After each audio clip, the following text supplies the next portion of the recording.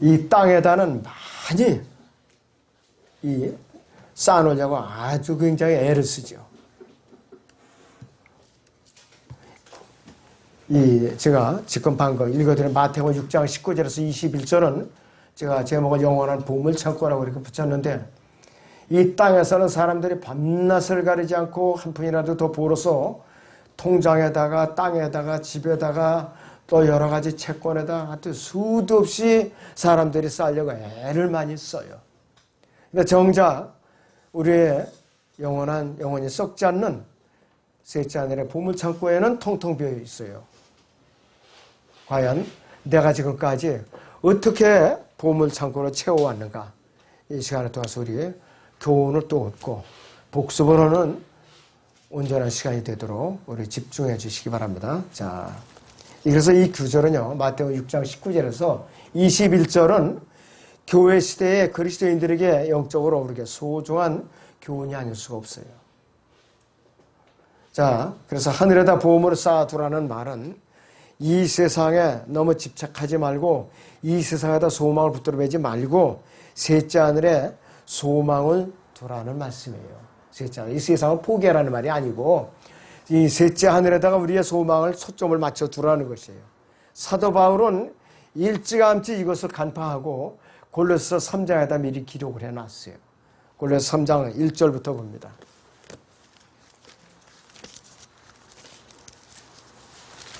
골로새 3장 1절부터 4절까지 보겠습니다.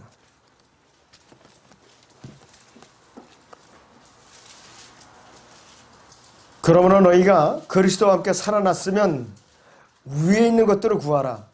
거기에는 그리스도께서 하나님의 오른편에 앉아 계시느니라. 위에 있는 것들에 너희 마음을 두고 땅에 있는 것들에 마음을 두지 말라. 이는 너희가 죽었고 또 너희 생명이 그리스도와 함께 하나님 안에 감추어졌기 때문이라. 우리의 생명이신 그리스도께서 나타나실 때 그때 너희도 그와 함께 영광 가운데 나타날 것이기 때문이라. 그분과 함께요. 나타나실 때. appear with him in glory 그랬잖아요. 그분과 함께 나타날 때예요. 과연 내가 지금까지 이러한 마음 자세로 살아왔는가? 그리고 짧은 안목으로 눈에 보이는 것 쫓아다니지만 않았는가? 우리가 살펴볼 필요가 있어요. 그러면서 사도 바울은 골로새 3장 5절을 보시면 그러므로 땅 위에 있는 너희의 지체를 죽이라 그랬어요. 곧 음행과 부정과 사욕과 악한 세욕과 탐심이니 탐심은 우상 숭배니라 그랬어요. 탐심은 꼭 물질만 말하는 거 아니에요. 세상 명예, 지위, 권력 여러 가지가 다 예수님보다 우선하는 거는 다 우상 숭배예요. 우상 숭배. 그럴 때는 우리는 예수님을 항상 첫째 자리에 모시고 사는 그런 훈련은 우리는 아주 눈만 떴다 부지런히 해야 되는 것이. 고린도후서 5장을 보겠습니다. 고린도후서 5장을 보겠습니다. 1절부터 4절까지를 봅니다.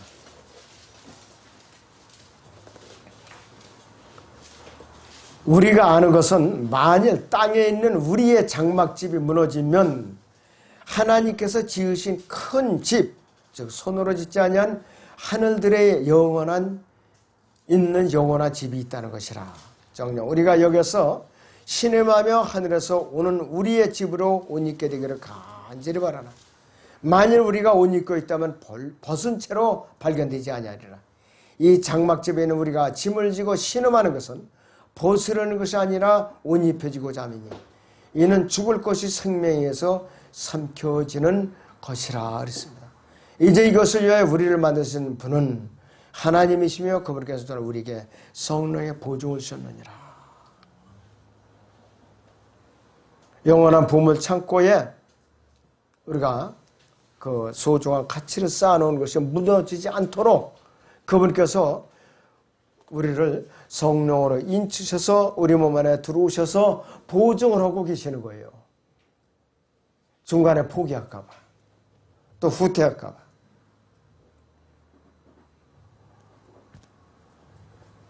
우리 몸이 주님과 멀리 떨어져 있다고 해서 우리가 실망하거나 낙심하고서는 안 된다 이것이. 이 시대에 고난받는 성도들과 또 우리 세상에서는 우리가 먹을 것, 입을 것, 입고 특별히 빚진 것이 없으면 만족할 줄 알아야 돼요.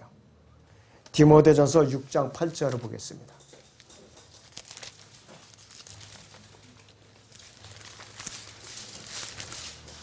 네, 디모데서 6장 8절을 보겠습니다.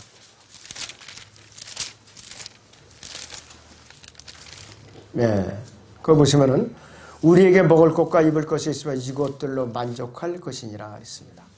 그러나 부유하게 되고자 하는 자들은 유혹과 올마 여러 가지 어리석고 해로운 정욕에 빠지리니 이는 사람들로 파멸과 멸망에 빠지게 하는 것이라 했습니다. 돈은 살아나서 모든 악의 뿌리니 이것을 욕심내는 어떤 사람들이 믿음에서 떠나 방황하다가 많은 슬픔으로 자신들을 찔렀도다 그랬어요.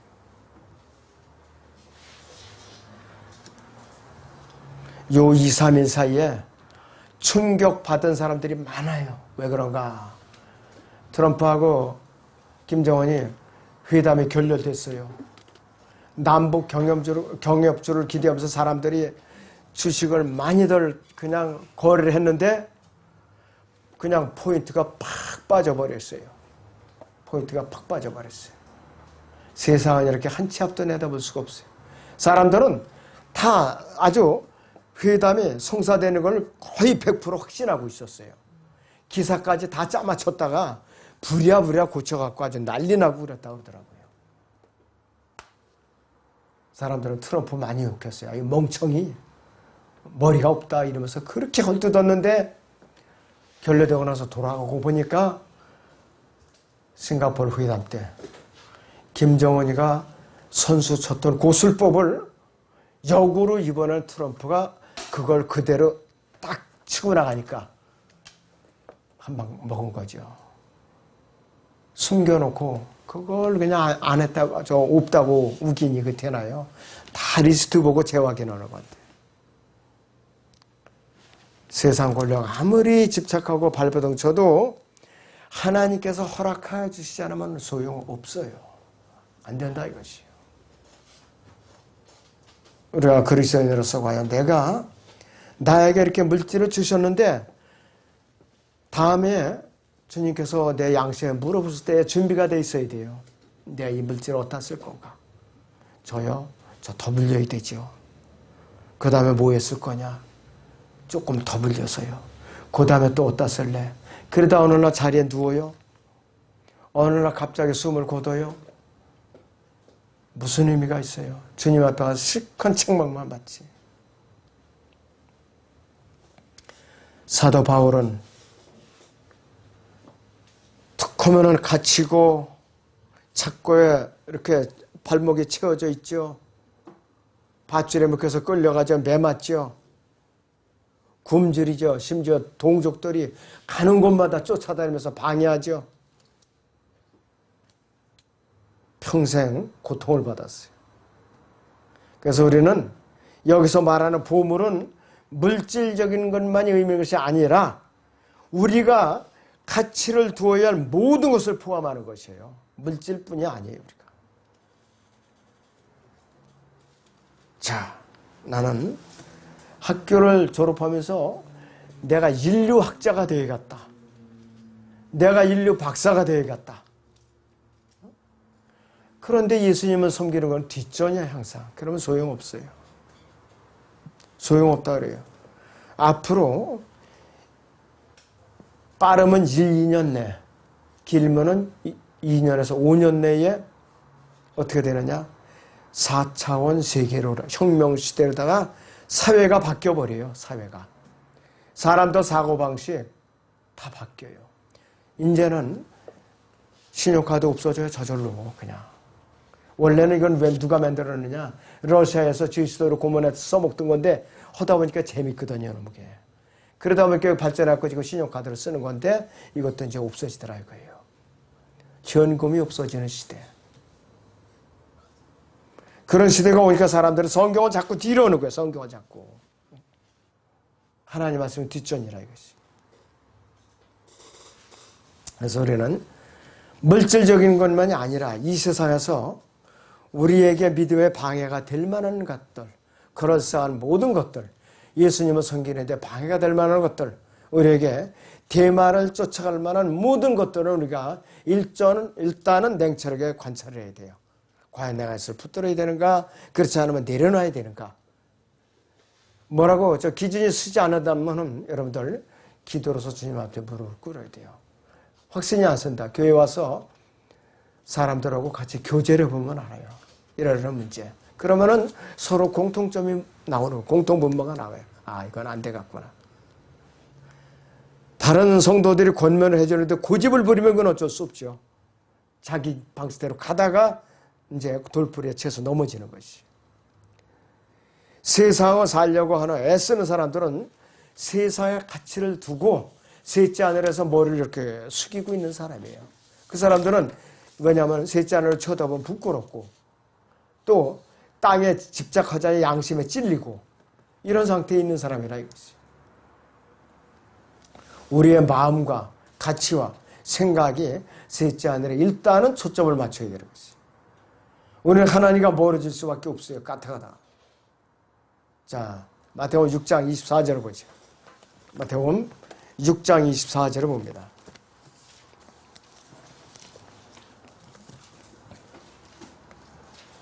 아무도 두 주인을 섬길 수 없나니 이는 그가 한쪽을 미워하고 다른 쪽을 사랑하거나 한쪽을 존중하고 다른 쪽을 경시하게 됨이라.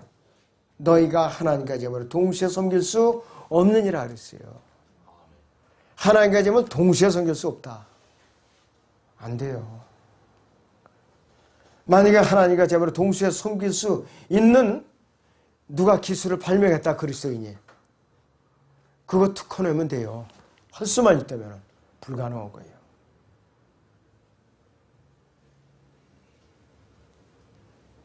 자, 그래서 마태복음 6장 24절 31절 그 말씀은 땅의 것들에 대해서 염려하지 말라고 말씀하고 있고 하나님께 속해 있으니까 하나님께서 보호해 주시겠다 그 말씀이에요. 그리스도인의 보물에는 세 가지가 있죠. 고린도서 3장 12절에 세 가지가 있어요. 금, 보석들이 있어요. 금은 예수 그리스도의 신성인데 또 왕을 상징하죠. 마태복음 2장 11절인 대로. 은은 뭐냐? 구속이나 말씀을 상징합니다. 구속 또는 하나님의 말씀을 상징하는 거예요. 시편 12편 6절인 대로. 근데 우리가 보물들은 뭐냐 그러면 여러분들이 복음을 전해서 예수 그리스도께로 이겨온 구원받은 죄인들이 여러분의 그 왕관에 이마에 쭉 수두룩하게 박혀 있을 보석들이에요. 그거를 말하는 것이에요. 그러니까 복음을 전해서 이 주님 앞으로 새 생명을 낳아서 옮겨온 사실이 없다. 이 사람들은 왕관은 왕관인데 보석들이 없는 왕관이에요. 그러니까 분명한 사실이에요. 데살로니가전서 보죠. 2장 19절을 보겠습니다. 데살로니가전서 2장 19절입니다.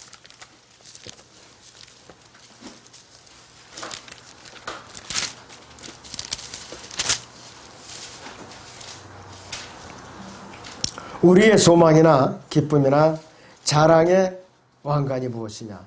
그가 오실 때 우리 주 예수 그리스도 앞에 있을 너희가 아니냐? 이는 너희가 우리의 영광과 기쁨이기 때문이라. 자, 사도 바울이 데살로니가에 가서 복음을 전해서 구원을 받아서 이 데살로니가에 있는 교회에 더해져 있는 그 사람들이 바울의 자랑의 왕관이에요. 바울과 바울 일행의 자랑의 왕관이라 이것이에요. 사도 바울은 그것을 최우선적인 가치를 두었기 때문에 셋째 하늘의 보물창고에 그런 보물들을 잔뜩 쌓아놓고 산 거예요. 그러니까 이서 아무 상급이 없어도 매맞아도 좋고 헐벗어도 좋고 굶주려도 좋고 감옥에 갇혀도 좋고 난 좋다 이거예요. 셋째 하늘에 나는 보물창고에는 나는 쌓아놓는 보물을 쌓는데 게을르지 않겠다. 그 각오였었어요. 그러니까 그렇게 죽기 살기로 복음을 전한 거예요. 그리고 박해를 아주 이를 악물고 견뎌냈다 이거예요. 셋째 아내를 보물창고에 내가 아무것도 없어요. 이 문 열어보니까 텅 비었어. 이게 난감해요. 그래서 이 신바사가 섰을 때 너 이 보물창고에 아무것도 없네 너 어떡하니? 줄 게 없다 그러면 어떨 거냐고요. 그러면 참 난감하죠? 좀 여러분 지금부터 여러분들 이 보물을 쌓는데 부지런히 하셔야 돼요. 자, 교리적으로는 이 본문이 마태복음 6장 19절에서 21절이 산상설교예요. 앞으로 지상 왕국 때의 이 헌법이라 이것이. 그 교리적으로는 누구에게 해당이 되느냐? 유대인들, 대환란을 통과하고 있는 유대인들에게 해당되는 말이에요. 이 교회 시대의 그리스도인들도 목숨을 위해 먹을 것이나 입을 것을 염려하지 말고 하나님께 맡겨야 되지만은 이 대환란 때 살아가는 유대인들에게는 문제가 훨씬 더 절박하여 심각하다 이것이. 예수님께서 가르치신 기도에서도 나와 있듯이 그들은 매 순간마다 위험과 어려움을 당해요. 페트라 동굴에 들어가서 매일매일 만나를 받아 먹어야 돼요. 자, 이들은 아주 하루하루가 정말로 두렵고 떨리는 아주 피말리는 순간들이에요. 아까 그 자매님이 이걸 질문해요, 나한테. 대환란 때에 짐승의 표를 받은 사람들은 어떻게 되냐 물어봐요. 여러분들도 잘 기억하셔야 돼요. 이방인들은요, 짐승의 표를 받으면요, 그냥 끝나는 거예요. 지옥 가요. 근데 유대인들은 짐승의 표를 받았더라도 그들은 물침례 순종하면 정결케 돼요. 몸에 문둥병이 생기는데 정결케 됐다는 것은 용서받았다는 표시예요. 그것이 대환란 때 유대인들하고 이방인들하고 확실한 차별이에요. 항의할 수가 없어요, 하나님한테. 하나님의 방식이니까. 그렇기 때문에 여러분들은 우리가 이 대환란 때 남아서 통과하는 이방인들은 더 불쌍하다 이거예요. 유대인들은 그런 소망이라도 있어요. 지금 이렇게 완악해졌지만. 그것을 제가 이제 아까 설명을 해줬어요. 그래도 조금 맨 처음에 왔을 때보다는 질문하는 게 좀 궁금증이 좀 많아졌더라고요. 이 사도행전 2장 38절에 죄사함으로 인한 침례, 유대인들에게 해당되는 침례예요. 그들에게. 하나님께서는 반드시 약속을 지키시는 분이에요. 공수표를 띄는 분이 아니에요. 세상 정부는 사기를 쳐요. 국민들한테. 이렇게 한다고 법령까지 제정해놓고 싹 유도해서 이제 사람들이 따라오면은 법을 싹 고쳐갖고 배반하는 거예요. 국민들을 배반을 해요. 이게 바로 지금 이 세상 정부들이 그래요. 그런데 지상왕국의 법은 엄격하게 그지없어요. 너무나도 엄격해요. 한 치의 오차도 없이 지켜서 실행하시는 분이에요. 자, 그런데 어떻게 견뎌내느냐 그러면 지상왕국에서 이렇게 엄격하면은 염려할 거 없어요. 그때는 사탄이 죄의 뿌리인 사탄이 구렁에 갇혀 있거든요. 구렁에 갇혀 있으니까. 그러니까 사람들이 죄의 본성이 갇혀 있으니까 어떻게 돼요? 지켜낼 수가 있어요. 만약에 사탄이 날뛰고 있는데 이걸 지켜라 하면 다 나가 자빠지죠. 다행히 천년 동안 기프로에 가둬놓으시고 그분의 법을 지키라고 했으니까. 그러니까 지켜나갈 수가 있는 것이요. 그리고 또 이것도 그 자매님이 저한테 물어보더라고요. 그러면은 이 법을 어떻게 지킵니까? 하고 물어봐요. 참 이것도 이제 이렇게 설명을 해 줬어요, 이제. 자, 우리 그리스도인들이 저기에 네 부류죠. 사탄, 육신, 세상, 또 다른 그리스도인이야. 이 잘 나가다 사람들이 사탄, 육신, 세상은 잘 이겨냈는데 교회 안에서 다른 지체인들끼리 서로 충돌이 일어나가지고 실족해서 교회를 떠나든가 서로 그냥 모함을 하거나 또 이렇게 언짢은 일이 생기는 거. 이것까지 다 이겨낼 줄 알아야 성숙한 그리스도인이 되는 거예요. 처음에 집에서 아기가 태어나면 어떻게 돼요? 얼마 안 돼서 예방주사를 놓죠. 그것이 고통의 시작이에요. 인생은 고생하려 태어나느니라. 점점 주사를 높여가야죠. 종류가 많아져요. 이제 어린이집 가면 어떻게 돼요? 독감부터 걸려오죠. 선물 받아오죠. 그렇게 그러면서 이제 여러 가지 코를 질질 흘리고 고아원 아이같이 그냥 이렇게 씻으면서 그냥 콧대꼽짝에 잘잘 흐리죠. 애들이 자라난다는 증거예요. 그것이 세상에다 적응력을 키워가는 거. 마찬가지로 그리스도도 영적으로 갓 태어났으면 어떻게 해요? 그 과정을 다 통과해야 되는 거예요. 그 과정. 이 지상왕국의 1000년 동안에는 백성들을 괴롭히는 사탄이 깊은 구렁에 갇혀있기 때문에 왕국 헌법을 지켜낼 수가 있다 이것이에요. 여러분들 그거 오해하면 안 돼요. 그랬더니 마태복음 5장에 나오는 산상수훈은 그때 지켜낼 수 있어요. 그런데도 불구하고 이 지상왕국에는 구원받지 못한 사람들이 섞여서 들어가게 돼 있어요. 섞여서. 100% 구원받은 사람들만 들어가는 게 아니에요. 자연인들이 그냥 들어간다 이거예요. 민족적으로 이스라엘을 도와줬던 민족은 예수님께서 일일이 구원 점검을 해갖고 뒤로 보내는 거 아니에요. 민족적으로 그냥 뒤로 보내는 거지. 그러면 거기서 그대로 죄의 본성에 남아서 웅크리고 살아있던 자들이 일부가 이 지상왕국 끝에 예루살렘에 포위하고 하나님을 대적하다가 아예 하늘에서 하나님께 불을 내려서 살라버리죠. 이 깊은 구렁 사탄이 나오자마자 그 일이 생기는 거예요. 바로. 자, 끈질긴 거예요. 그것이 이 세상에서 있는 5차 세계대전 마지막 전쟁이에요. 그때까지는 이제 전쟁이 안 끝납니다. 그리고 나서 세상이 의로 회복되는 거예요. 그리고 나서. 이사야서 11장을 봅니다. 이사야 11장 1절부터 봅니다.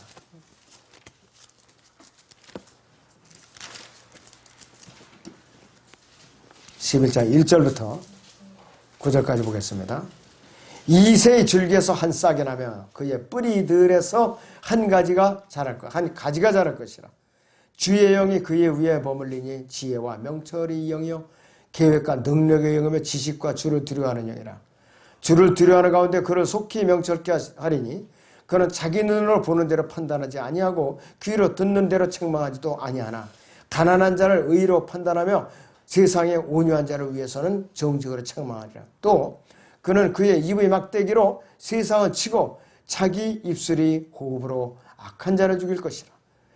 그의 의가 그의 허리띠가 될 것이라. 신사람이 그의 옆구리 띠가 될 것이니라. 또한 이리가 어린 양과 함께 거하며 표범이 새끼 염소와 함께 누울 것이요 송아지와 어린 사자와 살찐 짐승이 함께하며 어린 아이가 그들을 이끌리라. 암소와 곰이 함께 먹으며 그것들이 새끼들이 함께 누울 것이요 사자가 소처럼 짚을 먹으리라. 또 젖 먹는 아이가 독사의 구멍에서 장난하며 젖된 아이가 독사의 굴에 손을 넣으리라. 그들은 나의 모든 거룩한 산에서 해치거나 파괴시키지 않으리니 이는 마치 물들이 바다로 덮은 같이 세상에 주의 지식으로 충만할 것입니다. 하나님의 지식으로 충만하다. 지상 왕국 때에는 우리가 일일이 성경 공부 안 합니다. 또 우리가 믿음으로 구원 안 받아요. 헌법만 지키면 구원 받아요. 그 당시에는. 우리 그리스도인들이 별개예요. 그리스도의 몸이기 때문에 우리는 같이 통치에 참여하는 자이기 때문에 세대적으로 이렇게 다른 것이.